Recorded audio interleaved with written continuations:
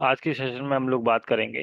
देखिए, अभी तक हम लोग आरआरबी एनटीपीसी के पेपर सॉल्व कर रहे हैं। 10 क्वेश्चन कर चुके हैं और आज 10 से आगे क्वेश्चन की बात करते हैं। पहला क्वेश्चन है, विच hormones regulates the blood sugar level in human body, right.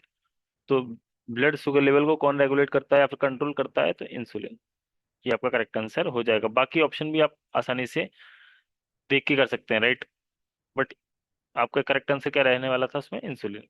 अब क्वेश्चन नंबर 12। देखिए, बोला क्या जा रहा है, two cars moving a certain distance by moving at the speed of 45 and 50 kilometre per hour respectively, find the distance travelled which one takes 30 minutes more when the others to cover the same distance. साधारण भाषा में समझाता हूँ। देखिए, दो car हैं आपके यहाँ पे, एक तो 45 की स्पीड से चल रहा है और एक कार, और एक 50 की स्पीड से कार चल रही है। अब एक कार उसमें से 32 मिनट ज्यादा लेती है किसी डिस्टेंस को पहुंचने के लिए।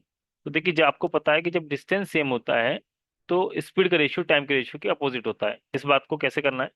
तो देखिए, यहाँ 45 और 50 का आप रेशियो निकाल लीजिए। इनकी स्पीड का कितना आएगा? 9:5 आ जाएगा। सॉरी, 9:10 आ जाएगा। ये स्पीड का रेशियो होगा। टाइम का रेशियो कितना हो जाएगा? 10:9। आप चाहे तो एक्स मान लीजिए या फिर यूनिट मान सकते हैं। तो कितना ज्यादा टाइम ले रहा है? एक्स। और एक्स की वैल्यू कितनी दे रखी? 32। राइट। अगर मैं देखता हूँ 45 की स्पीड से टोटल टाइम कितना ले रहा है? 10x। तो 10 से मल्टीप्लाई कर लेंगे।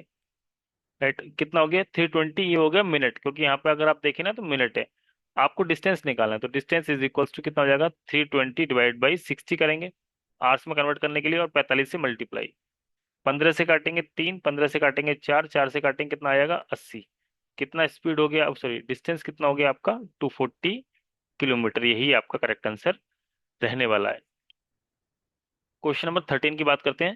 देखिए, मैं आपको पहले ही बता चुका हूँ, आरआरबी एनटीपीसी में या फिर रेलवे के जो एग्जाम होते हैं उसमें कोई फिक्स पैटर्न नहीं रहता है। जैसे कि एसएससी में रहता है ना कि रीजनिंग के पहले 25 क्वेश्चन ही आएंगे, फिर मैथ्स के आएंगे, राइट, फिर जीएस, इस तरीके से।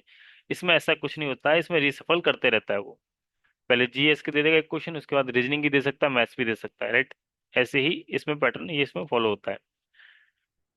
क्वेश्चन की बात करते हैं, who founded Tattvabodhini Sabha to propagate the Ram Mohan Roy's idea. देखिए, राम मोहन रॉय की बात करें तो इन्होंने क्या बनाया था? ब्रह्म समाज बनाया था। ब्रह्म समाज, राइट। ब्रह्म समाज कब बनाया था? 1828 में। अब इन्हीं के आइडिया को प्रोपोगेट मतलब आगे बढ़ाने के लिए तत्बोधिनी सभा बनाई गई थी। किसके द्वारा? देवेंद्रनाथ टैगोर के द्वारा, राइट। केसी सेन की बात कर लेते हैं। देखिए, केसी सेन ने एक सभा बनाई थी देवेंद्रनाथ टैगोर से अलग होके, जिसका नाम था ब्रह्म समाज ऑफ इंडिया। कब बनाई थी? 1866 में। ये बात ध्यान रखना, राइट। और यहाँ से क्या क्वेश्चन पूछ सकता है? देखिए, देवेंद्रनाथ टैगोर से क्वेश्चन यहाँ पे ये पूछ सकता है कि इनको नोबेल प्राइज कब मिला था, राइट। तो नोबेल प्राइज 1913 में मिला था। किस के लिए? गीतांजलि के लिए।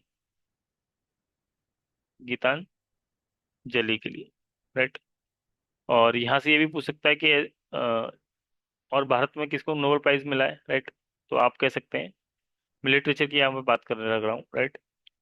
तो देखिए, गीतांजलि हो गया हिस्ट्री से। अगर एक और है मदर टेरेसा। Mother Teresa. देखिए, इनको नोबेल प्राइज मिला हुआ है किस कब? 1979 में। बहुत ही इंपॉर्टेंट क्वेश्चन है, कई बार आ चुका है। इस तरीके से नहीं आता तो पूछ लेता है कि इनमें से, और चार ऑप्शन दे देगा, इनमें से ऐसा कौन है कि जिनको नोबेल प्राइज भी मिला है, भारत रत्न भी मिला है। तो मदर टेरेसा को नोबेल प्राइज भी मिला है कब? 1979 में। और इनको भारत रत्न कब मिला है? 1980 में।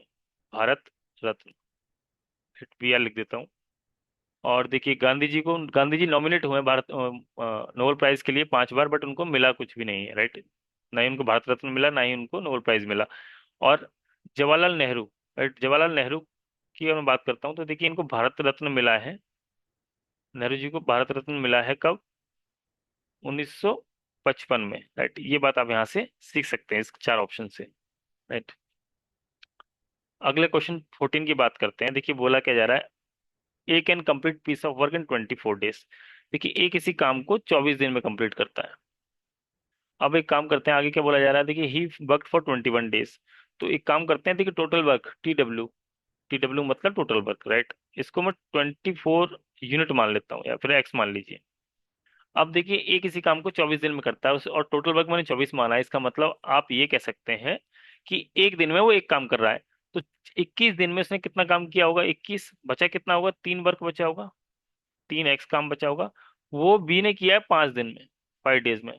अगर मैं आपसे पूछता हूँ कि बी से अगर मैं चाहता हूँ पूरा काम करे, तो आप बोलेंगे देखिए 3 की जगह आपको क्या है करना है, यहाँ पे 24 बनाना है, तो आप करेंगे कि 8 से मल्टीप्लाई कर देंगे बोथ साइड। 8 से मल्टीप्लाई कर दिया। अब क्वेश्चन आपका ऐसा हो गया कि ए किसी काम को 24 दिन में करता है और बी उसी काम को 40 दिन में करता है। टोटल वर्क कितना हो गया हो जाएगा यहाँ से? 120 मान लीजिए, राइट। तो यहाँ हो जाएगा 5 और यहाँ हो जाएगा 3। अब यही काम दोनों से कराना है, ए और बी से, तो 120 डिवाइड बाई 8 कितना आ जाएगा? सीधे सीधे आपका 15 आंसर हो जाएगा, राइट। क्वेश्चन नंबर 15 की बात कर लेते हैं। देखिए रीजनिंग का क्वेश्चन आ गया है। अब देखिए बैट क्रिकेट स्टिक क्या आएगा? तो देखिए क्रिकेट में हम लोग क्या यूज करते हैं? तो आप बोलेंगे बैट यूज करते हैं। स्टिक कहाँ यूज होता है? बैडमिंटन में नहीं, बास्केटबॉल में नहीं, टेनिस में नहीं, हॉकी में आपका सही आंसर हो जाएगा, राइट। तो इस तरीके से ही आपको क्वेश्चन करने थे 5।